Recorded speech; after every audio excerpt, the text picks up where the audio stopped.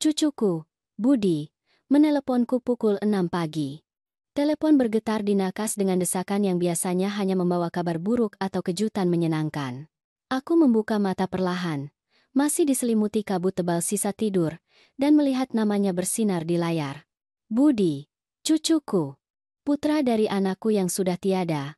Aku mengangkat telepon dengan jantung berdebar kencang, karena pada jam seperti itu, jarang ada kabar baik yang datang. Suaranya terdengar berbeda, gemetar, serak, seolah dia baru saja menangis atau sedang menahan sesuatu yang terlalu berat untuk usia 16 tahunnya. Nenek, katanya, jangan pakai gaun merah nenek hari ini, kumohon. Aku bertanya mengapa, tetapi dia hanya menarik napas dalam-dalam sebelum menjawab, nenek akan segera mengerti. Lalu dia menutup telepon. Begitu saja, tanpa penjelasan, tanpa pamit. Aku duduk di tempat tidur, dengan telepon masih hangat di tangan, merasakan sesuatu yang dingin menjalari punggungku. Aku mencoba meneleponnya kembali. Sekali, 2 kali, 3 kali. Nihil, langsung ke kotak suara. Pesan demi pesan. Budi, tolong angkat. Aku khawatir. Ada apa? Beritahu aku. Tetapi keheningan di seberang sana lebih buruk daripada jawaban apapun. Aku bangkit. Kakiku gemetar. Bukan karena usia, meskipun aku sudah 64 tahun dan terkadang lututku mengingatkanku pada setiap musim dingin yang telah berlalu. Bukan. Kakiku gemetar karena takut. Karena perasaan yang semua ibu dan nenek tahu ketika sesuatu yang buruk terjadi pada anak-anak kami, meskipun kami tidak tahu pasti apa itu. Aku berjalan ke lemari pakaian. Aku membuka pintunya perlahan, seolah jawabannya tersembunyi di dalamnya. Dan di sana, tergantung di tengah, tampak gaun merahku. Bersih, baru dicuci. Itu adalah gaun kesayanganku. Yang kupakai saat pergi ke pusat kota, untuk janji temu dokter, untuk membuatku merasa masih hidup. Merah seperti bunga sepatu yang tumbuh di halaman ibuku. Merah seperti kehidupan yang masih berdetak di dalam diriku.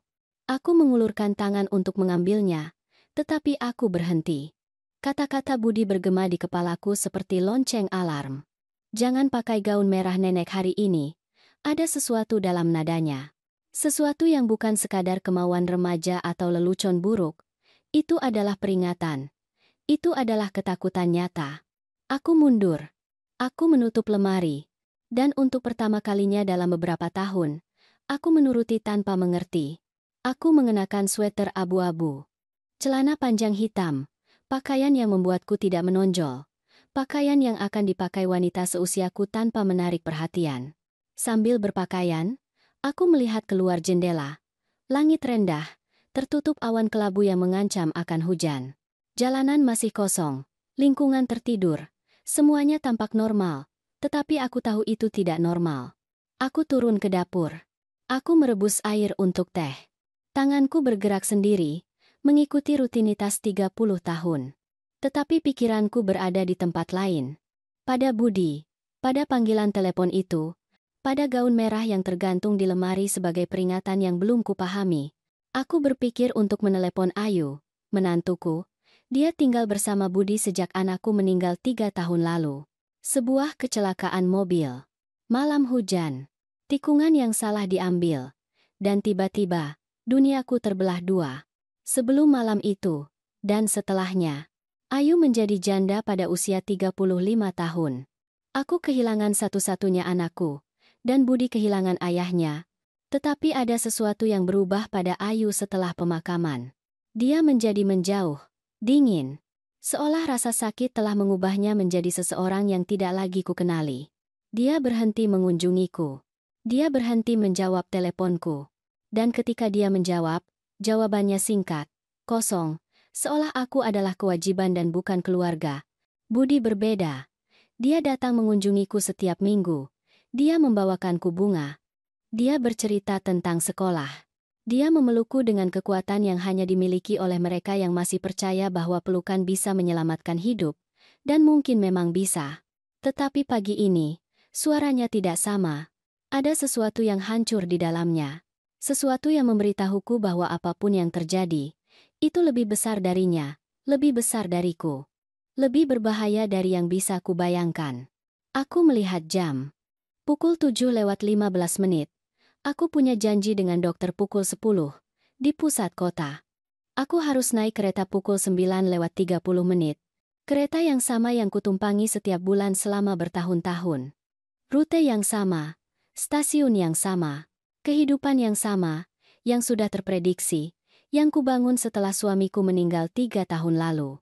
Hidup sendiri mengajarkanmu banyak hal, mengajarkanmu untuk mendengarkan keheningan, untuk mempercayai nalurimu, untuk mengenali ketika ada sesuatu yang tidak beres. Dan pagi itu, tidak ada yang terasa benar. Aku mengambil tas tanganku. Aku memeriksa apakah semuanya ada di dalamnya.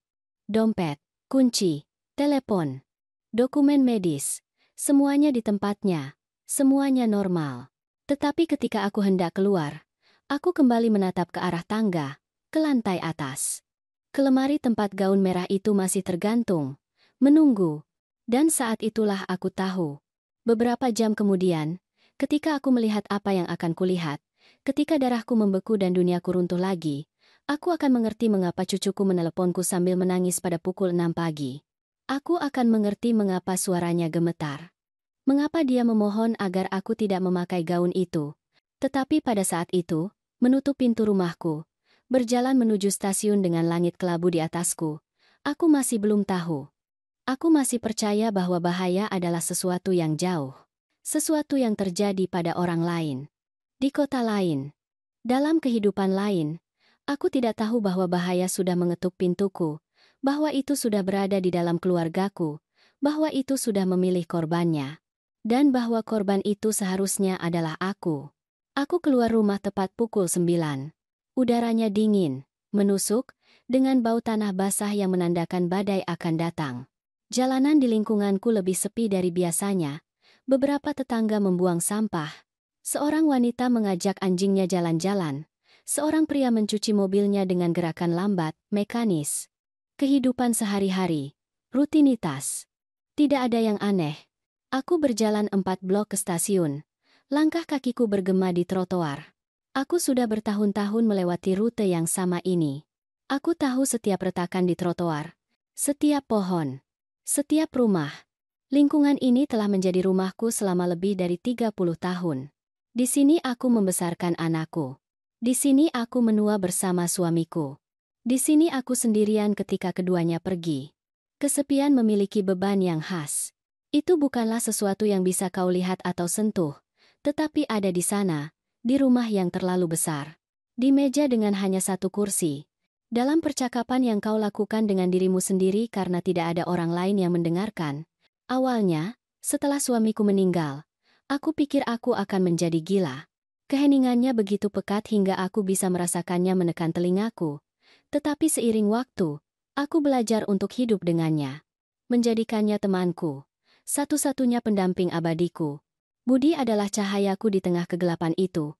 Setiap kali dia datang mengunjungiku, dia membawa tawa, cerita, kehidupan. Dia bercerita tentang kelasnya, teman-temannya, mimpinya untuk belajar arsitektur suatu hari nanti. Aku ingin merancang rumah di mana orang-orang bahagia. Nenek, dia berkata, rumah dengan jendela besar agar banyak cahaya masuk, karena cahaya mengusir kesedihan. Aku selalu menjawab bahwa dia sudah melakukan itu, bahwa setiap kali dia melangkah masuk melalui pintuku, dia membawa cahaya bersamanya. Tetapi pagi ini, cahaya itu telah padam. Suaranya di telepon adalah kegelapan murni, ketakutan murni, dan aku berjalan menuju stasiun tanpa mengerti bayangan apa yang telah masuk ke dalam hidupnya. Ke dalam hidup kami. Aku tiba di stasiun pukul 9:20. Bangunannya tua, salah satu yang dibangun pada tahun 50-an, dengan langit-langit tinggi dan jendela kotor yang membiarkan cahaya keruh masuk. Baunya seperti kopi lama, koran basah, kemanusiaan yang tertekan. Orang-orang menunggu di peron dengan ekspresi kosong yang kami semua tunjukkan ketika kami terjebak dalam rutinitas. Melihat telepon, melihat ke kejauhan, melihat kemana-mana. Aku berdiri di tempat biasaku. Kolom ketiga dari akses utama. Dari sana aku bisa melihat jam stasiun dan mengontrol kapan keretaku akan tiba. Aku selalu tepat waktu. Metodis. Suamiku bilang aku bisa mengatur semua jam di dunia hanya dengan melihat agendaku. Aku mengeluarkan teleponku. Aku mencoba menelepon Budi lagi. Nihil. Aku mencoba Ayu. Kotak suara. Aku menulis pesan. Aku khawatir. Budi meneleponku pagi ini dan suaranya terdengar buruk. Apakah semuanya baik-baik saja? Kirim. 2 centang biru segera muncul. Pesan dibaca. Tetapi tidak ada jawaban. Itu terasa aneh bagiku. Ayu selalu membalas dengan cepat. Terlalu cepat. Seolah dia menempel di telepon sepanjang hari. Menunggu. Mengontrol. Mengawasi. Aku menyimpan ponselku dan melihat sekeliling. Stasiun sudah lebih ramai. Eksekutif dengan tas kerja. Siswa dengan ransel besar. Wanita dengan kereta bayi. Orang tua sepertiku.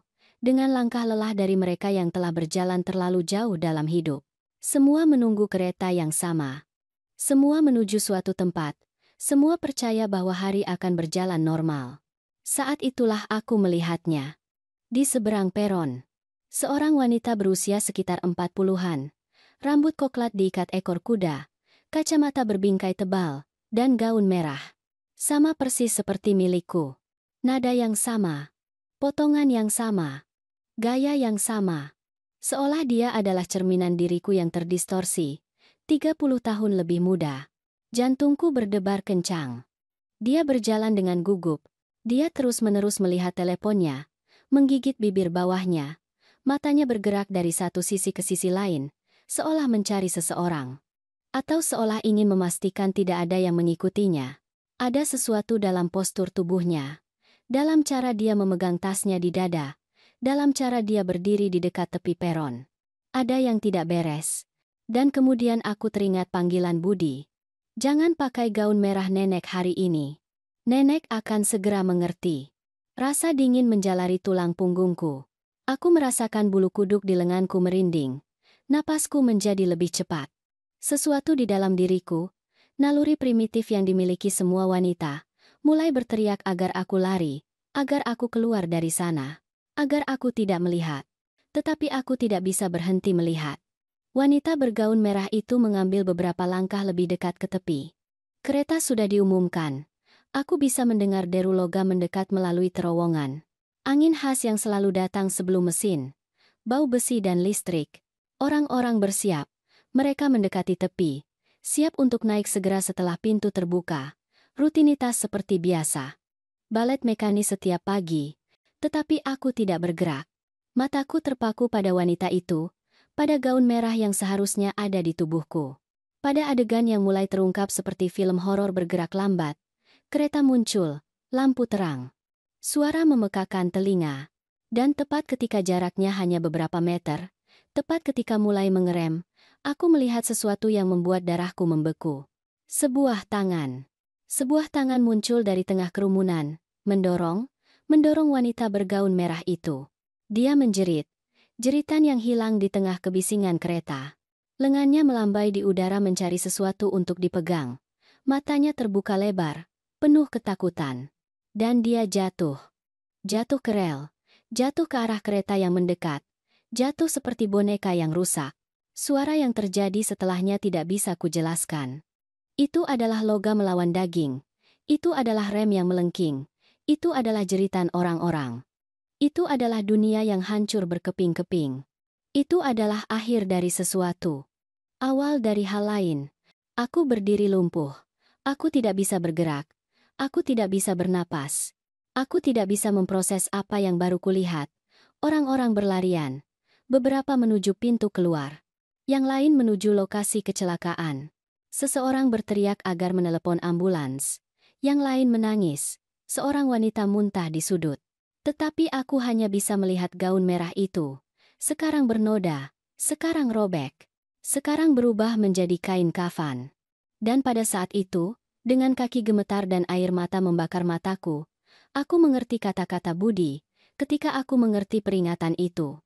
Ketika aku mengerti bahwa wanita yang mati di rel itu, orang asing dengan gaun yang sama denganku, seharusnya adalah aku. Seseorang telah berencana membunuhku pagi ini. Seseorang tahu bahwa aku memakai gaun itu. Seseorang tahu bahwa aku akan berada di stasiun ini. Pada jam ini, di peron ini. Dan seseorang telah salah korban.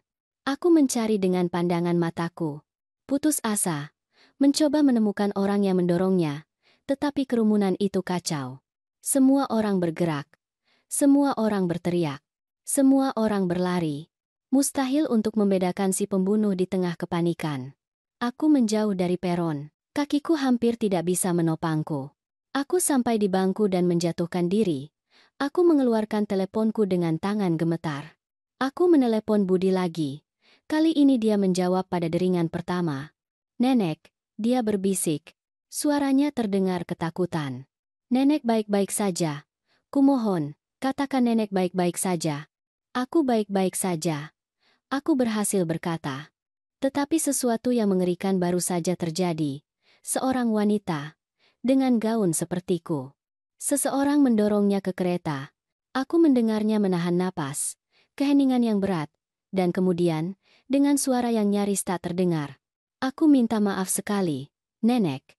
Aku mencoba memperingatkan Nenek. Aku mencoba menyelamatkan Nenek, tetapi aku tidak tahu bagaimana mengatakannya tanpa Nenek berpikir aku gila. "Budi," aku berbisik. "Apa yang terjadi? Siapa yang ingin menyakitiku?" "Aku tidak bisa bicara sekarang," katanya cepat. "Dia ada di dekat sini, tetapi aku harus memberitahumu sesuatu. Sesuatu yang kutemukan. Sesuatu yang mengerikan. Kita bertemu di rumah nenek pukul 6 sore. Jangan beritahu siapapun bahwa nenek berbicara denganku. Siapapun, nenek. Bahkan dia." Dan dia menutup telepon. Polisi tiba dalam waktu kurang dari 10 menit. Pertama mobil patroli, lalu ambulans. Kemudian para detektif. Stasiun menjadi sarang seragam, lampu berkedip, dan suara yang memberi perintah. Mereka memasang garis polisi di area itu.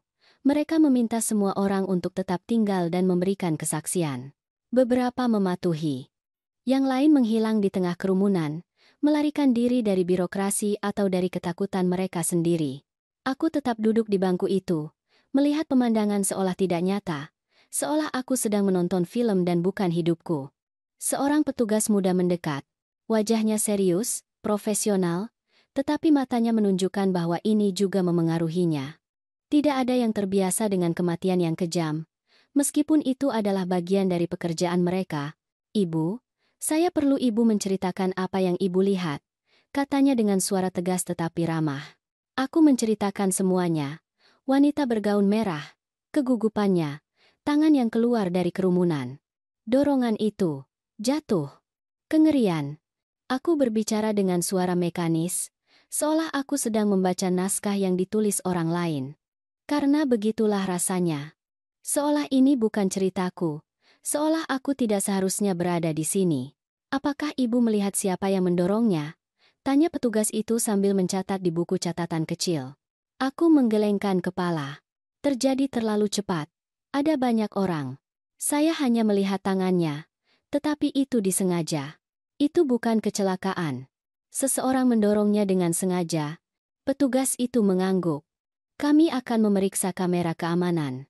Saya memerlukan data kontak ibu. Kalau kami punya pertanyaan lebih lanjut." Aku memberinya namaku, alamatku, nomor teleponku. Dia mencatat semuanya dan memberitahuku bahwa aku boleh pergi. Tetapi aku harus siap untuk pernyataan tambahan. Aku berdiri. Kakiku masih gemetar. Aku berjalan menuju pintu keluar dengan langkah goyah, merasakan semua mata tertuju padaku. Apakah mereka tahu? Apakah mereka tahu bahwa wanita itu meninggal di tempatku? Aku keluar dari stasiun. Udara segar menerpa wajahku seperti tamparan. Aku menarik napas dalam-dalam. Sekali, 2 kali, 3 kali. Mencoba mengisi paru-paruku. Mencoba merasa hidup lagi. Tetapi itu sulit. Sangat sulit. Aku melihat jam tanganku. Pukul 10:15. Aku kehilangan janji dengan dokter. Aku harus menjadwal ulang. Tetapi pada saat itu adalah hal yang paling tidak penting. Yang penting adalah sampai di rumah. Mengunci diri. Menunggu Budi. Memahami apa yang sedang terjadi. Aku naik taksi. Aku tidak ingin naik kereta lagi. Mungkin tidak akan pernah lagi. Pengemudinya adalah seorang pria tua, berusia sekitar 60 tahun, dengan radio menyala yang menyiarkan berita. Aku mendengar fragmen. Kecelakaan di stasiun pusat. Seorang wanita tewas. Penyelidikan penyebabnya. Meminta saksi. Kata-kata itu melayang di udara seperti hantu.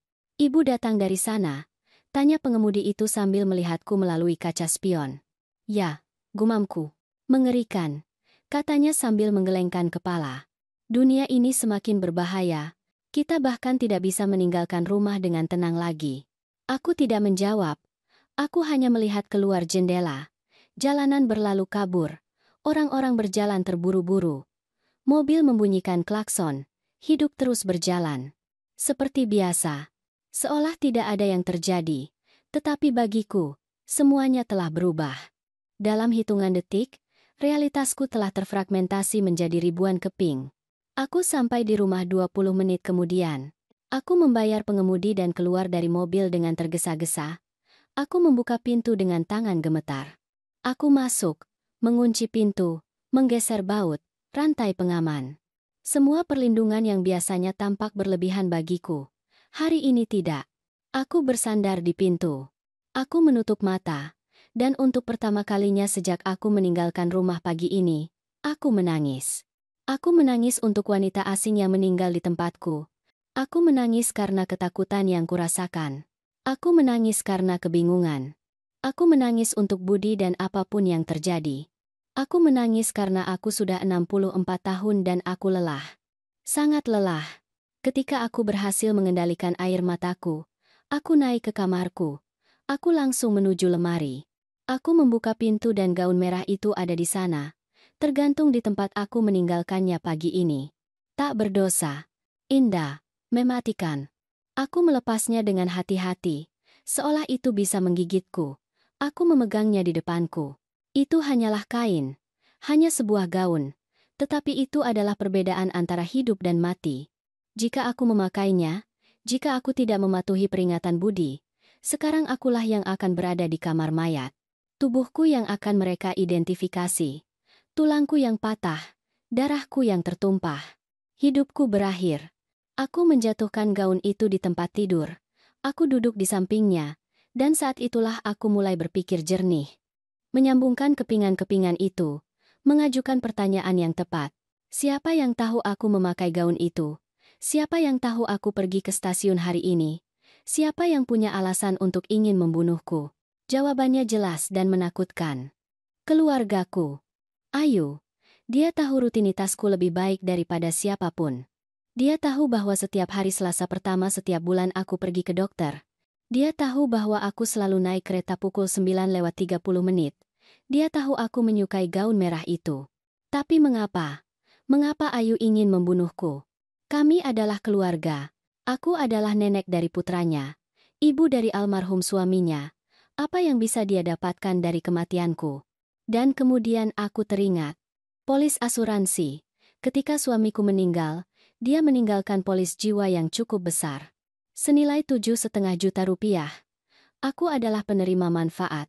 Dan ketika aku meninggal, Budi akan mewarisi semuanya. Tetapi Budi masih di bawah umur. Yang berarti Ayu, sebagai wali hukumnya, akan memiliki kendali atas uang itu sampai Budi berusia 21 tahun. 7,5 juta rupiah. Kekayaan bagi seseorang seperti Ayu, yang sejak kematian anakku belum bisa mempertahankan pekerjaan yang stabil, yang hidup dari pensiun yang tersisa dan tabungan yang semakin menipis. Aku berdiri. Aku mondar-mandir di kamar. Berpikir, menghitung, mencoba memahami semua ini. Jika Ayu menginginkan uangku, dia harus membunuhku. Tetapi melakukannya sedemikian rupa sehingga terlihat seperti kecelakaan, dorongan di stasiun, pada jam sibuk.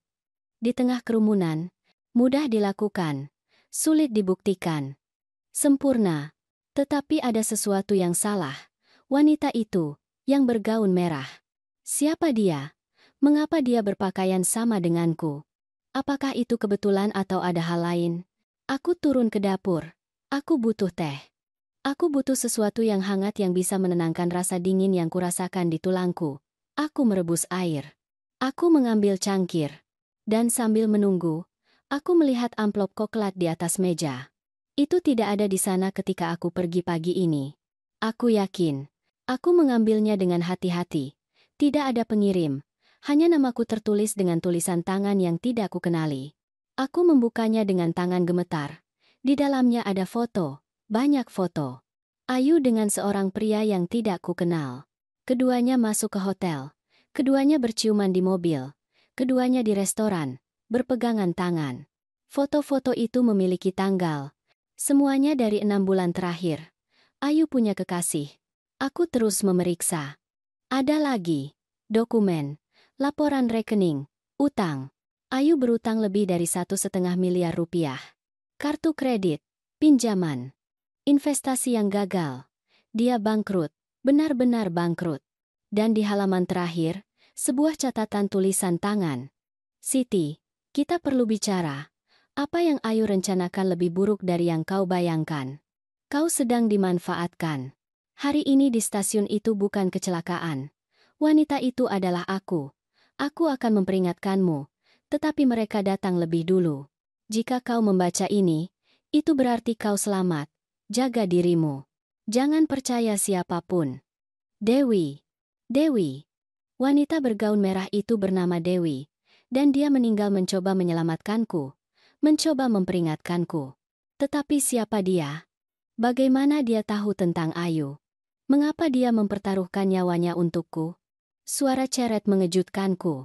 Aku mematikan api. Aku menyajikan teh dengan tangan yang sudah tidak gemetar lagi. Sekarang yang kurasakan adalah hal lain.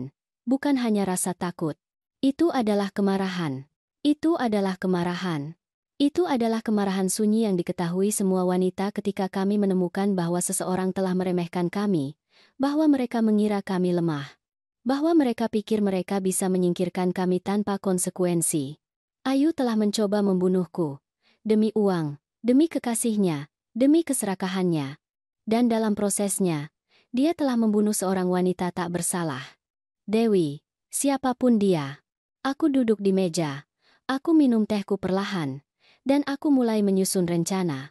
Karena jika ada sesuatu yang kupelajari dalam 64 tahun hidup, itu adalah bahwa wanita lebih kuat dari yang terlihat, bahwa kita bisa lembut di luar dan baja di dalam. Bahwa ketika kita terpojok, kita tidak menyerah. Kita melawan, dan aku akan melawan. Aku melihat jam. Pukul 11:30. Budi akan datang pukul 6 sore. Itu memberiku waktu. Waktu untuk menyelidiki. Waktu untuk mengerti. Waktu untuk bersiap. Aku mengambil teleponku. Aku mencari di internet. Dewi. Aku perlu tahu siapa dia. Aku memeriksa berita. Dan dia ada di sana. Dewi Puspitasari. Akuntan forensik, mengkhususkan diri dalam penipuan keuangan. Dia bekerja secara independen, membantu korban penipuan untuk mendapatkan kembali uang mereka. Semuanya mulai cocok. Ayu telah menyewa Dewi, mungkin untuk menangani beberapa masalah keuangan, tetapi Dewi telah menemukan sesuatu. Sesuatu yang membuatnya menyelidiki lebih lanjut, sesuatu yang membuatnya menyadari rencana Ayu. Dan alih-alih diam, dia memutuskan untuk memperingatkanku. Dia memutuskan untuk menyelamatkanku. Dan dia meninggal karena itu. Aku menutup mata. Aku menarik napas dalam-dalam. Dan aku bersumpah bahwa kematiannya tidak akan sia-sia. Bahwa Ayu akan membayar. Bahwa kebenaran akan terungkap. Bahwa keadilan, hal yang sulit dipahami dan rapuh itu, akan menang. Tetapi pertama-tama aku butuh informasi lebih lanjut. Pertama-tama aku perlu berbicara dengan Budi. Pertama-tama aku perlu memahami seluruh rencana. Karena jika Ayu sudah sejauh ini, dia telah membunuh sekali, tidak ada yang akan menghentikannya mencoba lagi. Dan lain kali, tidak akan ada gaun yang salah untuk menyelamatkanku. Jam-jam berlalu dengan kelambatan yang menyiksa. Aku tetap di rumah, terkunci, melihat jam setiap 5 menit seolah itu bisa mempercepat waktu. Aku memeriksa setiap sudut dokumen yang ditinggalkan Dewi. Aku mempelajari setiap foto, setiap laporan rekening, setiap bukti kehidupan ganda Ayu. Pria di foto itu bernama Arman. Aku menemukannya dengan mencari di media sosial. Arman Wijaya, 45 tahun. Agen properti. Senyum sempurna. Jas mahal. Kehidupan yang penuh kepura-puraan. Di profil publiknya dia membual tentang properti yang dijual, perjalanan eksotis, makan malam di restoran eksklusif. Tetapi ketika aku menggali lebih dalam, aku menemukan sesuatu yang menarik. 3 tahun lalu dia punya masalah hukum. Gugatan atas penipuan real estate. Dia dibebaskan karena masalah teknis hukum. Tetapi para korban kehilangan tabungan mereka. Ayu dan Arman adalah pasangan yang sempurna. Dua penipu, dua orang tanpa hati nurani, dua pembunuh. Karena sekarang aku yakin, itu bukan hanya Ayu. Arman juga terlibat. Dia pasti terlibat. Rencananya terlalu rumit untuk satu orang. Seseorang pasti mengikutiku, mempelajari rutinitasku, menunggu saat yang tepat. Dan seseorang itu mungkin adalah dia. Aku menyiapkan lebih banyak teh. Aku makan sesuatu. Meskipun aku tidak lapar. Perutku sudah tertutup sejak pagi ini. Tetapi aku tahu aku perlu menjaga kekuatan. Apa yang akan datang tidak akan mudah. Dan aku tidak boleh membiarkan diriku lemah. Pukul 3 sore bel pintu berdering. Jantungku melonjak. Aku mendekati pintu dengan hati-hati. Aku melihat melalui lubang intip. Itu adalah Joko, tetanggaku. Seorang pria berusia 70 tahun. Duda sepertiku, yang tinggal 3 rumah di bawah. Kami menjadi teman seiring berjalannya waktu. Kami berbagi teh di hari Minggu. Kami berbicara tentang almarhum kami. Tentang kesepian. Tentang bagaimana bertahan hidup ketika semua yang kau cintai telah pergi. Aku membuka pintu sedikit, meninggalkan rantai terpasang. "Siti," katanya dengan suara khawatir. "Aku lihat berita tentang stasiun. Mereka bilang mereka mencari saksi. Kau akan ke sana pagi ini, kan? Apakah kau baik-baik saja?" Aku mengangguk. "Aku baik-baik saja, Joko. Terima kasih sudah khawatir. Apakah kau melihat apa yang terjadi?" Dia bertanya, menatapku dengan mata abu-abu yang telah melihat terlalu banyak dalam hidup. "Aku melihat semuanya," bisikku. "Itu mengerikan." Joko menatapku dalam diam sejenak. Kemudian dia mengatakan sesuatu yang mengejutkanku. "Kau butuh bantuan, Siti. Karena jika kau dalam masalah, kau bisa percaya padaku. Orang tua seperti kita harus saling menjaga." Aku merasakan mataku berkaca-kaca. Aku lupa bagaimana rasanya memiliki sekutu, seseorang untuk dipercaya. Aku membuka pintu sepenuhnya. "Masuklah," kataku. "Aku harus memberitahumu sesuatu." Joko masuk dan duduk di ruang tamu. Aku menyajikan teh, dan aku menceritakan semuanya. Panggilan Budi. Peringatan tentang gaun merah. Wanita di stasiun. Dorongan itu. Kematian. Dokumen Dewi. Utang Ayu. Kekasihnya. Rencana untuk membunuhku. Joko mendengarkanku dalam diam. Tanpa menyela. Wajahnya mengeras dengan setiap kata. Ketika aku selesai, dia meletakkan cangkir di atas meja dengan bunyi keras yang kering. "Wanita sialan itu," katanya dengan kemarahan yang belum pernah kudengar darinya. "Beraninya dia? Setelah semua yang kau lakukan untuknya. Kau menerimanya ketika anakmu meninggal. Kau membantunya secara finansial. Dan begitulah dia membalasmu. Aku butuh bukti," kataku. "Bukti nyata yang bisa kubawa ke polisi. Dokumen Dewi adalah permulaan, tetapi tidak cukup. Aku perlu Ayu memberatkan dirinya sendiri. Mengaku. Dan bagaimana kau akan mencapai itu?" tanya Joko. "Aku belum tahu." Aku mengakui. Tetapi Budi datang pukul 6. Dia tahu sesuatu. Sesuatu yang dia temukan. Itu sebabnya dia meneleponku pagi ini. Itu sebabnya dia memperingatkanku. Joko mengangguk. "Kalau begitu kita akan menunggu bersama. Kau seharusnya tidak sendirian dalam hal ini, Siti. Ini berbahaya." Aku berterima kasih padanya dengan pandangan mataku. Dan kami duduk di sana, dalam keheningan, minum teh, menunggu pukul 6 tiba. Pukul 5:30 teleponku berdering. Itu Ayu. Jantungku berdebar kencang. Aku menarik napas dalam-dalam sebelum menjawab. "Siti," katanya dengan suara manis dan palsu. "Aku dengar tentang apa yang terjadi di stasiun pagi ini. Mengerikan sekali. Apakah kau ada di sana?" "Ya," jawabku. Mencoba menjaga suaraku netral. "Itu mengerikan." "Syukurlah kau baik-baik saja," katanya. "Aku sangat khawatir ketika Budi memberitahuku bahwa kau akan ke dokter hari ini. Bagaimana janji temu itu?" "Aku harus membatalkannya." Aku berbohong. "Setelah apa yang kulihat, aku tidak bisa melanjutkan. Aku langsung pulang." "Tentu saja," kata Ayu. Pengalaman yang sangat traumatis. Kau mau aku datang menjengukmu? Aku bisa membawakan makanan. Kau tidak boleh sendirian setelah hal seperti itu. Tidak perlu, jawabku cepat. Aku baik-baik saja. Aku hanya perlu istirahat. Ada jeda. Keheningan yang canggung. Dan kemudian Ayu menanyakan sesuatu yang membuat darahku membeku. Apakah kau sudah bicara dengan polisi? Apakah kau memberitahu mereka apa yang kau lihat? Ya, kataku. Mereka mengambil keteranganku, tetapi aku tidak bisa melihat banyak. Ada banyak orang. Semuanya terjadi sangat cepat. Aku mengerti, kata Ayu.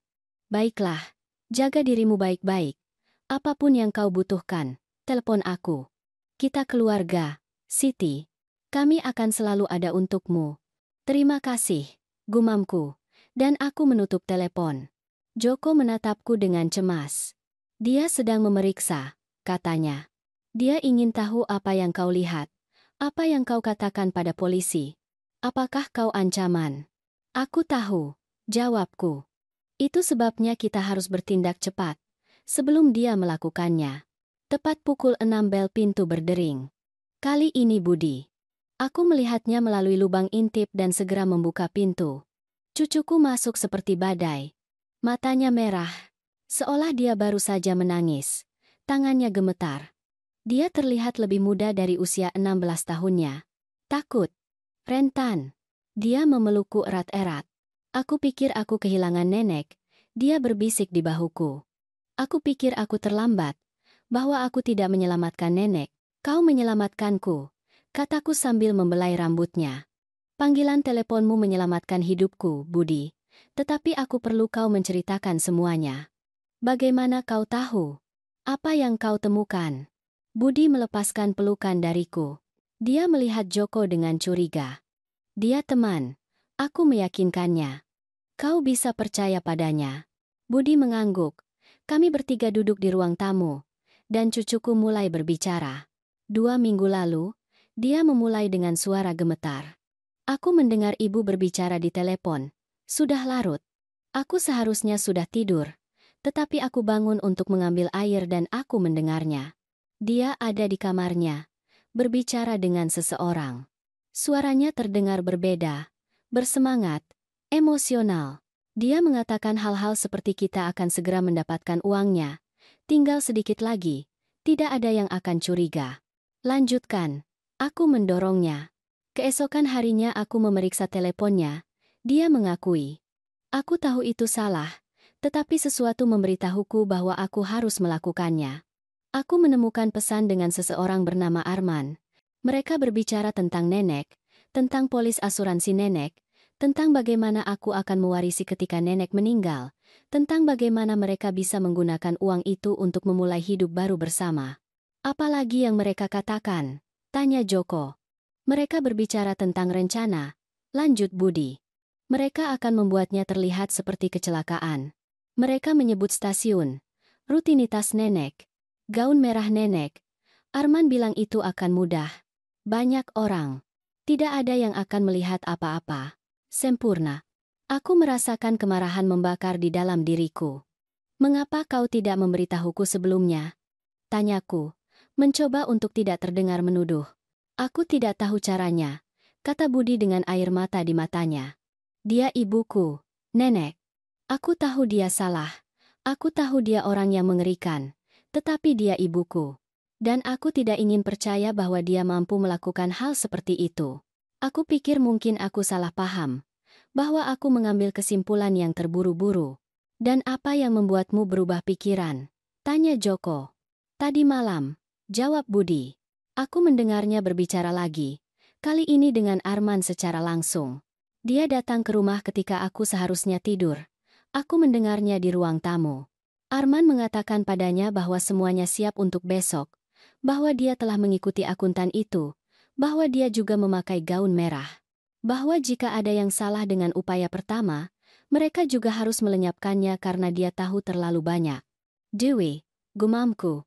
Siapa Dewi? Tanya Budi. Wanita yang meninggal pagi ini, jelasku. Wanita yang mencoba menyelamatkanku. Wanita yang meninggal di tempatku. Budi memucat. Ya Tuhan, Dia berbisik. Ini salahku. Jika aku berbicara lebih awal. Jika aku pergi ke polisi. Ini bukan salahmu, kataku dengan tegas. Salahnya adalah pada Ayu dan Arman. Mereka adalah pembunuhnya. Mereka merencanakan ini. Dan mereka akan membayar. Tapi bagaimana? Tanya Budi. Kita tidak punya bukti. Itu hanya kata-kataku melawan kata-katanya. Anak di bawah umur melawan ibunya. Tidak ada yang akan percaya padaku. Kau benar, kata Joko. Kita butuh lebih dari kata-kata. Kita butuh bukti konkret. Dokumen Dewi adalah permulaan, kataku. Tetapi kita butuh sesuatu yang lain. Kita butuh pengakuan. Dalam audio atau video. Sesuatu yang tak terbantahkan. Dan bagaimana kita akan mendapatkannya?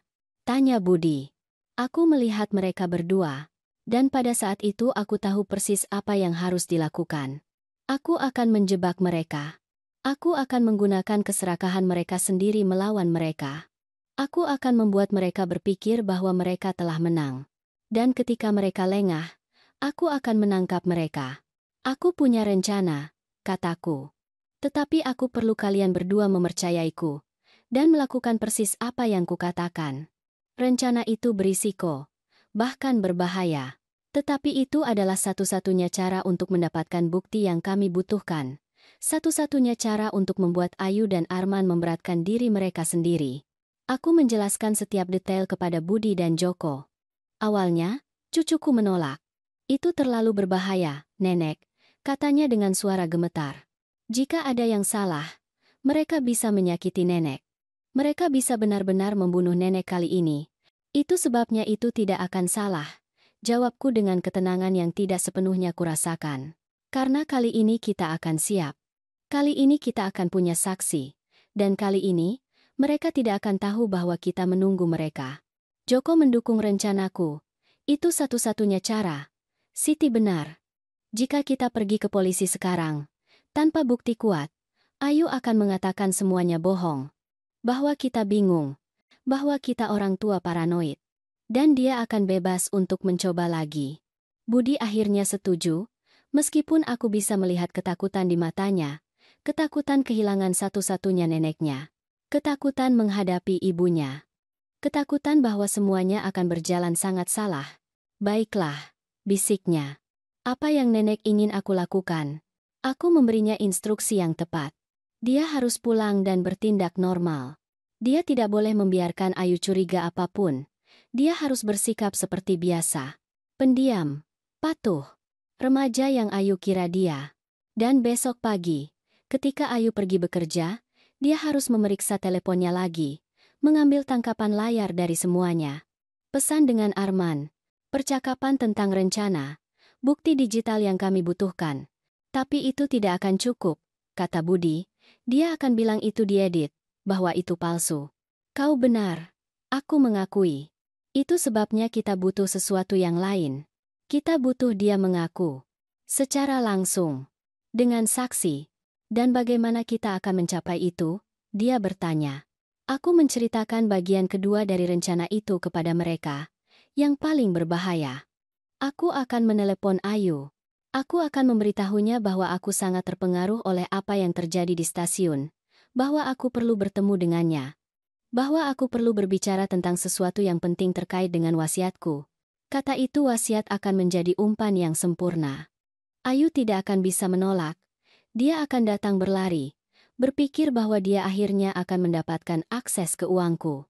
Dan ketika dia tiba, kataku, aku akan merekam seluruh percakapan. Aku akan membuatnya berbicara. Aku akan membuatnya mengaku. Bagaimana jika dia tidak mengaku? Tanya Joko. Bagaimana jika dia lebih pintar dari itu? Maka kita akan menggunakan rencana B, jawabku. Budi akan memberitahunya bahwa dia tahu segalanya. Bahwa dia menemukan pesan-pesan itu. Bahwa dia akan pergi ke polisi. Ayu akan panik. Dan ketika orang panik, mereka membuat kesalahan. Mereka mengatakan hal-hal yang seharusnya tidak mereka katakan. Itu manipulasi, kata Budi dengan suara pelan. Itu keadilan, aku mengoreksi. Dewi meninggal karena kesalahannya. Seorang wanita tak bersalah. Dan Ayu tidak bisa lolos begitu saja. Dia tidak bisa lepas dari hukuman. Joko meletakkan tangannya di bahuku. Kau tidak akan sendirian dalam hal ini, Siti. Aku akan berada di sini, bersembunyi. Tetapi di sini, jika ada yang salah, aku akan campur tangan. Aku akan menelepon polisi. Aku akan melakukan apapun yang diperlukan untuk melindungimu. Aku berterima kasih padanya dengan pandangan mataku. Dan kami mulai bergerak. Budi pulang sekitar pukul 7. Aku menyuruhnya berjanji untuk mengirimiku pesan ketika dia tiba, bahwa dia akan memberitahuku setiap gerakan Ayu. Bahwa dia tidak akan melakukan sesuatu yang sembrono. Joko tinggal bersamaku sebentar lagi. Kami meninjau setiap detail rencana, setiap skenario yang mungkin. Setiap jalan keluar darurat, pukul 8 dia pulang, tetapi dia berjanji akan selalu tersedia. Bahwa dia akan membiarkan teleponnya menyala. Bahwa dia akan datang berlari jika aku membutuhkannya. Ketika aku sendirian, rumah terasa lebih besar dari sebelumnya, lebih kosong, lebih sunyi. Aku berjalan dari kamar ke kamar, memikirkan semua yang telah terjadi di dalam dinding-dinding ini. Ulang tahun, hari raya keluarga, tawa, air mata. Anakku mengambil langkah pertamanya di ruang tamu itu. Suamiku membaca koran di kursi itu. Budi berlari di lorong ketika dia masih kecil. Rumah ini telah menjadi saksi seluruh hidupku, kegembiraan dan kesedihanku. Dan sekarang, itu akan menjadi saksi sesuatu yang lain, balas dendamku, perjuanganku, penolakanku untuk menjadi korban. Aku menuang segelas anggur. Aku tidak terbiasa minum, tetapi malam itu aku membutuhkannya. Aku butuh sesuatu yang bisa menenangkan sarafku, yang bisa membungkam ketakutan yang mengancam akan melumpuhkanku. Aku memikirkan Dewi. Pada wanita yang tidak kukenal dalam hidup, tetapi yang memberikan hidupnya untuk menyelamatkan nyawaku. Siapa dia sebenarnya? Apakah dia punya keluarga, anak-anak? Seseorang yang sekarang menangisi ketidakhadirannya. Aku mencari di internet lagi. Aku menemukan informasi lebih lanjut. Dewi Puspitasari, 42 tahun. Bercerai, tanpa anak. Dia tinggal sendirian di sebuah apartemen kecil di pusat kota. Dia belajar akuntansi di universitas negeri. Dia mengambil spesialisasi dalam penipuan keuangan setelah ayahnya kehilangan semua tabungannya dalam skema piramida. Jadi Dewi tahu bagaimana rasanya kehilangan. Dia tahu bagaimana rasanya menjadi korban. Dan dia telah mendedikasikan hidupnya untuk mencegah orang lain menderita hal yang sama. Dia adalah seorang pahlawan. Seorang wanita pemberani yang tidak diam ketika dia menemukan kejahatan, yang tidak memalingkan muka, yang bertindak, dan dia meninggal karena itu. Aku menutup laptop, aku menghabiskan gelas anggurku, dan aku membuat keputusan. Aku tidak akan membiarkan kematian Dewi sia-sia. Aku akan membuat pengorbanannya berarti. Aku akan membawa Ayu dan Arman ke pengadilan, tidak peduli berapa biayanya. Pukul 9 malam aku menerima pesan dari Budi. Aku sudah di rumah, ibu bertingkah normal. Dia bertanya apakah aku sudah mengunjungi nenek. Aku bilang ya, bahwa nenek baik-baik saja tetapi sedikit terpengaruh oleh apa yang terjadi di stasiun. Dia tersenyum. Nenek, aku merinding melihatnya tersenyum seperti itu, seolah dia senang nenek trauma. Aku menjawab dengan cepat. Kau melakukannya dengan baik, teruslah bertingkah normal. Besok kita mulai. Besok. Dia menjawab. Dan kemudian dia menambahkan. Aku sayang nenek. Tolong hati-hati. Aku juga sayang padamu. Aku menulis. Semuanya akan baik-baik saja. Percayalah padaku. Malam itu aku hampir tidak tidur. Aku tetap terjaga memikirkan setiap detail, setiap kata yang akan kukatakan pada Ayu. Tentang bagaimana aku akan memprovokasinya untuk mengaku. Itu harus halus, cerdas. Aku tidak boleh membuatnya takut. Aku harus membuatnya merasa aman, percaya diri, merasa menang. Pukul 3 pagi aku akhirnya tertidur. Tetapi mimpiku dipenuhi kereta, gaun merah, dan tangan yang mendorong dari bayang-bayang. Aku terbangun beberapa kali dengan terkejut. Jantungku berdebar kencang dan keringat dingin di punggungku. Pukul 7 pagi aku bangun. Aku mandi. Aku berpakaian dengan pakaian yang nyaman. Aku membuat kopi pekat. Dan aku menunggu. Pukul 9 pagi datang pesan dari Budi. Ibu baru saja pergi. Aku sedang memeriksa teleponnya. Ya Tuhan, nenek, ada lebih banyak pesan. Lebih banyak rencana. Mereka tidak hanya ingin membunuh nenek, mereka juga berencana menarik uang dari rekening nenek sebelumnya. Memalsukan tanda tangan nenek. Mengosongkan rekening nenek perlahan agar nenek tidak menyadarinya. Ambil tangkapan layar dari semuanya, jawabku, dan kirimkan padaku. Selama 30 menit berikutnya, teleponku dipenuhi gambar, percakapan antara Ayu dan Arman. Rencana terperinci. Tanggal, waktu, rekening bank, jumlah. Itu lebih buruk dari yang kubayangkan. Bukan hanya polis asuransiku yang mereka inginkan. Itu semuanya. Setiap sen yang telah kutabung sepanjang hidupku. 7,5 juta rupiah dari asuransi. Ditambah 2.250.000.000 rupiah di rekening tabunganku. Ditambah nilai rumah, yang menurut percakapan Ayu dengan Arman, bernilai sekitar 4,5 miliar rupiah. Hampir 8.250.000.000 rupiah secara keseluruhan. 1 juta alasan untuk membunuhku. Aku merasa mual. Bukan karena uang. Uang hanyalah kertas, angka di layar. Yang menyakitiku adalah pengkhianatan, dinginnya hati, perhitungan. Ayu telah merencanakan setiap detail kematianku dengan alami, seperti seseorang merencanakan liburan. Aku menarik napas dalam-dalam. Aku menyimpan tangkapan layar, dan aku menelepon Ayu. Dia menjawab pada deringan ketiga. Siti, katanya dengan suara manis dan palsu yang sekarang membuatku jijik. Bagaimana kabar nenek pagi ini? Buruk. Aku berbohong. Aku tidak bisa tidur. Aku terus melihat adegan itu berulang kali. Wanita itu jatuh. Kereta. Darah. Oh, Siti Malang, kata Ayu dengan belas kasih yang begitu pura-pura sehingga hampir lucu. Itu normal. Itu adalah hal yang sangat traumatis. Apakah nenek berpikir untuk berbicara dengan seseorang? Seorang terapis? Mungkin. Kataku. Tetapi sekarang aku perlu berbicara denganmu. Tentang sesuatu yang penting. Ada Yeda. Tentang apa? Tentang wasiatku, kataku, menjatuhkan kata-kata itu seperti umpan. Aku sudah berpikir. Setelah apa yang terjadi kemarin, aku menyadari bahwa aku bisa meninggal kapan saja, dan aku perlu memastikan bahwa semuanya beres. Bahwa Budi terlindungi. Bahwa kau terlindungi. Aku bisa merasakan detak jantungnya meningkat di ujung sana. Tentu saja, katanya, mencoba terdengar santai. Kapan nenek ingin kita bicara? Hari ini, jawabku. Sore ini. Bisakah kau datang pukul 5 sore? Sempurna, kata Ayu. Aku akan ada di sana. Dan Siti, terima kasih sudah memikirkan kami. Kau wanita yang hebat. Nenek yang hebat. Sampai jumpa pukul 5. Kataku dan menutup telepon. Aku berdiri memandangi telepon. Tanganku gemetar. Bukan karena takut, karena marah. Wanita itu telah membunuh Dewi. Dia telah merencanakan untuk membunuhku.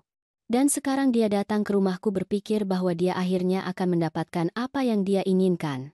Tetapi aku punya rencana lain. Rencana yang mencakup keadilan, kebenaran, dan pembalasan. Aku menelepon Joko. Aku memberitahunya tentang janji dengan Ayu.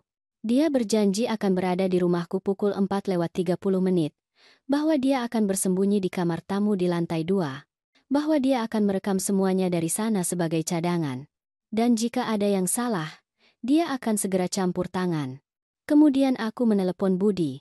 Aku bilang padanya untuk tidak datang, bahwa itu terlalu berbahaya, bahwa aku akan menghadapi Ayu sendirian.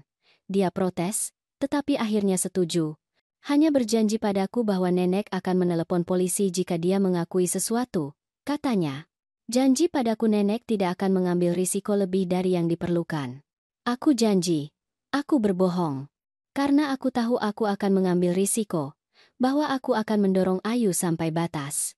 Bahwa aku akan melakukan apapun yang diperlukan untuk membuatnya mengaku. Jam-jam berlalu perlahan. Aku membuat teh. Aku memeriksa perekam suaraku. Aku memastikan itu diisi daya dan berfungsi. Aku menyembunyikannya di saku sweaterku. Kemudian aku menempatkan teleponku dalam mode perekaman juga, tersembunyi di antara bantal sofa. Pukul 4:30 Joko tiba. Dia naik ke kamar tamu, tanpa suara.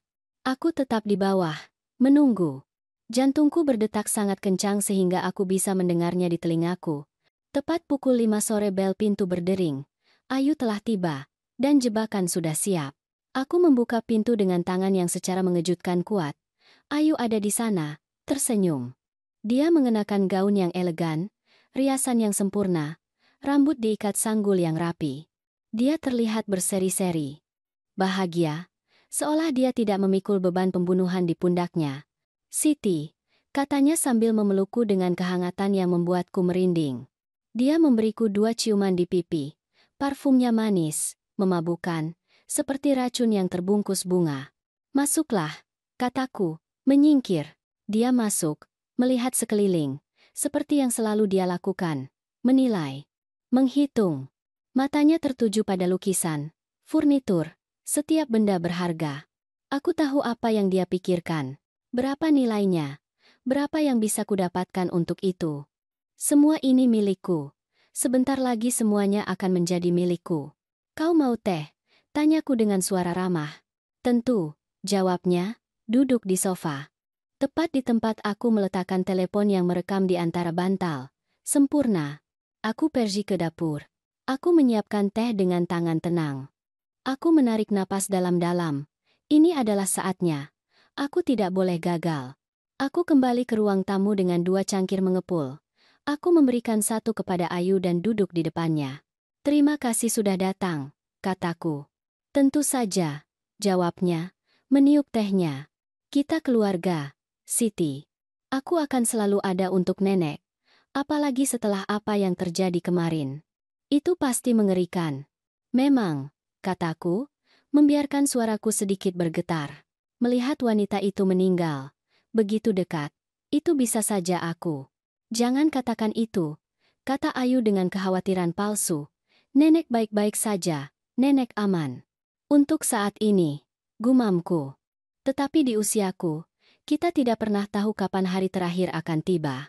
Itu sebabnya aku ingin berbicara denganmu. Tentang masa depan, tentang budi."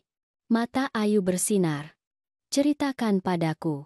"Aku sudah berpikir untuk membuat perubahan pada wasiatku," kataku, mengamati reaksinya.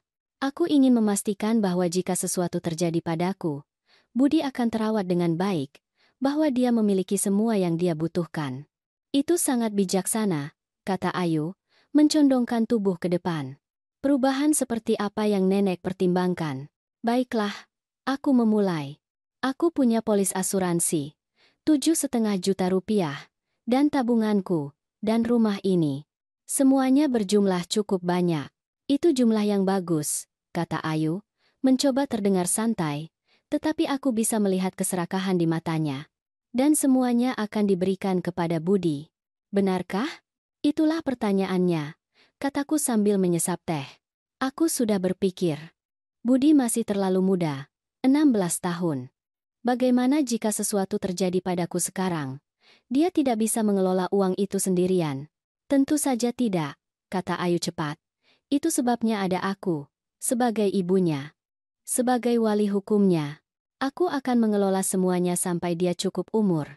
"Tepat," kataku, mengangguk. "Kau akan memiliki kendali penuh atas warisannya. Atas uangku." "Yah, secara teknis itu akan menjadi uangnya," koreksi Ayu. "Tetapi ya, aku akan mengelolanya. Aku akan menginvestasikannya dengan bijak. Aku akan memastikan itu bertahan lama baginya, bahwa dia memiliki masa depan yang baik." "Dan kau?" Aku bertanya, menatapnya langsung. "Apa yang akan kau dapatkan dari semua ini?" Ayu berkedip. "Apa maksud nenek?" "Kau ibunya," kataku. "Kau membesarkan Budi sendirian sejak anakku meninggal. Kau telah bekerja keras. Kau telah berkorban banyak. Tidakkah kau pikir kau juga pantas mendapatkan sesuatu? Sesuatu untuk dirimu sendiri?" Aku melihat bahunya rileks. "Ah," katanya sambil tersenyum. "Yah, kurasa itu adil. Maksudku, membesarkan anak membutuhkan uang, dan waktu, dan energi." "Tepat sekali," kataku. "Itu sebabnya aku berpikir untuk mengubah wasiatku, meninggalkan sebagian langsung kepadamu. Bukan sebagai wali budi, tetapi sebagai menantuku, sebagai keluarga." Mata Ayu bersinar seperti mata pemangsa yang melihat mangsanya mendekat. "Benarkah, Siti?" Itu akan sangat murah hati dari nenek. Aku berpikir tentang 1,5 miliar rupiah, kataku. Langsung untukmu, agar kau bisa membangun kembali hidupmu. Menemukan kebahagiaan. Bahkan mungkin menemukan seseorang yang baru. Ayu terdiam sejenak. Kemudian dia mengatakan sesuatu yang mengejutkanku karena kejujurannya. Bagaimana nenek tahu? Tentang apa? Tanyaku. Berpura-pura tidak tahu. Tentang Arman. Katanya dengan suara pelan. Tentang aku melihat seseorang? Budi menyebutkannya padaku. Aku berbohong. Dia bilang dia melihat seorang pria meninggalkan rumahmu suatu pagi. Ayu menghela napas. Aku akan memberitahu nenek, Siti. Sungguh. Tetapi aku tidak tahu caranya.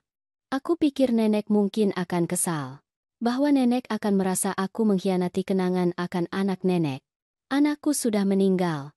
Kataku dengan suara tegas. Dia meninggal 3 tahun lalu. Dan kau hidup. Kau berhak untuk bahagia. Untuk membangun kembali hidupmu. Aku tidak menghakimi nenek untuk itu. Ayu. Terima kasih, katanya. Dan untuk pertama kalinya aku melihat sesuatu yang menyerupai emosi nyata di wajahnya. Itu sangat berarti bagiku mendengarnya. Arman pria yang baik. Kami saling mencintai. Kami ingin membangun masa depan bersama. Dan masa depan itu membutuhkan uang, kataku. Ayu terdiam. Kemudian dia mengangguk perlahan. Ya, kami punya rencana. Kami ingin membeli rumah, memulai bisnis. Tetapi semua itu membutuhkan modal. Dan aku tidak terlalu pandai mengelola uangku selama bertahun-tahun ini. Aku tahu, kataku lembut. Aku tahu kau punya utang, Ayu. Aku tahu kau sedang berjuang. Bagaimana? Dia mulai bertanya. Tetapi aku memotongnya. Karena aku ibu mertuamu, kataku. Karena aku peduli padamu, pada Budi, pada keluarga ini, dan aku ingin membantu. Ayu menatapku dengan air mata di matanya. Apakah nenek benar-benar akan melakukan itu? Siti? Apakah nenek benar-benar akan mengubah wasiat nenek untuk memasukkanku? Ya, kataku. Tetapi ada sesuatu yang perlu kupahami dulu. Apa? Tanyanya, menjadi tegang. Wanita yang meninggal kemarin di stasiun, kataku, mengamati setiap ekspresi mikro di wajahnya, yang memakai gaun merah. Apakah kau tahu siapa dia? Ayu menjadi sangat diam. Tidak, katanya perlahan. Mengapa nenek bertanya? Karena aku sudah berpikir, kataku. Itu kebetulan yang sangat aneh. Aku akan memakai gaun merahku hari itu. Yang sangat kusukai. Tetapi Budi meneleponku pagi-pagi sekali dan memintaku untuk tidak memakainya. Dan kemudian seorang wanita dengan gaun yang persis sama denganku meninggal di stasiun tempat aku seharusnya berada. Tidakkah itu aneh bagimu? Itu hal-hal yang terjadi, kata Ayu. Tetapi suaranya telah kehilangan kehangatannya. Kebetulan yang tragis. Kebetulan. Kebetulan, aku mengulang. Ayu, wanita itu bernama Dewi Puspitasari. Dia adalah akuntan forensik, mengkhususkan diri dalam penipuan keuangan. Aku melihatnya memucat. Dan apa hubungannya itu denganku? Aku pikir kau tahu, kataku, mencondongkan tubuh ke depan. Aku pikir Dewi sedang menyelidikimu. Aku pikir dia menemukan sesuatu yang seharusnya tidak dia temukan. Dan aku pikir seseorang ingin membungkamnya. Nenek mengatakan hal-hal gila, Siti, kata Ayu, berdiri. Trauma kemarin membuat nenek bingung. Nenek seharusnya istirahat. Duduklah, Ayu, kataku dengan suara tegas. Kita belum selesai. Aku tidak akan mendengarkan ini lagi, katanya, berjalan menuju pintu. Aku punya pesan-pesan itu. Aku membalas. Pesan-pesan antara kau dan Arman. Merencanakan kematianku. Merencanakan untuk mencuri uangku. Semuanya. Ayu membeku. Dia berbalik perlahan. Wajahnya telah berubah total. Topeng kemanisan telah menghilang. Sebagai gantinya ada sesuatu yang dingin, berbahaya. Nenek tidak tahu apa yang nenek bicarakan, katanya. Aku tahu persis apa yang kubicarakan, jawabku. Aku tahu kau mengikutiku. Bahwa kau mempelajari rutinitasku. Bahwa kau berencana mendorongku di depan kereta. Tetapi Dewi datang lebih dulu, mencoba memperingatkanku. Dan Arman salah mengira dia sebagai aku. Dia membunuhnya, mengira itu aku. Buktikan, kata Ayu dengan senyum dingin. Aku tidak perlu membuktikannya padamu, kataku. Aku perlu membuktikannya kepada polisi, dan aku akan melakukannya. Aku punya dokumen yang Dewi tinggalkan untukku. Aku punya tangkapan layar pesan-pesanmu. Aku punya saksi. Saksi, tawa Ayu. Siapa? Budi? Dia anak-anak. Anakku. Dia akan mengatakan apapun yang kusuruh dia katakan. Budi tidak takut lagi padamu, kataku. Dia tidak lagi di bawah kendalimu. Ayu melangkah ke arahku. Ekspresinya sekarang benar-benar berbeda, mengancam. Nenek harus hati-hati, Siti. Kecelakaan bisa terjadi, terutama pada wanita tua yang hidup sendirian, yang jatuh dari tangga, yang lupa mematikan kompor, yang punya masalah jantung. Kau mengancamku, tanyaku, merasakan adrenalin mengalir melalui nadiku. Aku memberitahumu kebenaran, jawabnya. Jika nenek pergi ke polisi dengan tuduhan konyol itu, nenek akan menyesalinya. Arman dan aku akan memastikan itu. Arman, aku mengulang. Rekanmu, pria yang mendorong Dewi. Si pembunuh. Itu kecelakaan, kata Ayu, mengangkat bahu. Seorang wanita yang salah di waktu yang salah. Hal-hal ini terjadi. Aku merasa mual. Bagaimana kau bisa begitu dingin? Dewi tidak bersalah. Dia orang baik. Dan kau membunuhnya. Aku tidak membunuhnya, kata Ayu. Aku bahkan tidak ada di sana. Nenek tidak bisa membuktikan apa-apa, Siti. Dan jika nenek mencoba menghancurkanku, aku akan membawa Budi. Aku akan mengambilnya dari nenek. Nenek tidak akan pernah melihatnya lagi. Itu kesalahanmu, kataku, berdiri, mengancamku dengan satu-satunya yang kumiliki. Dengan cucuku.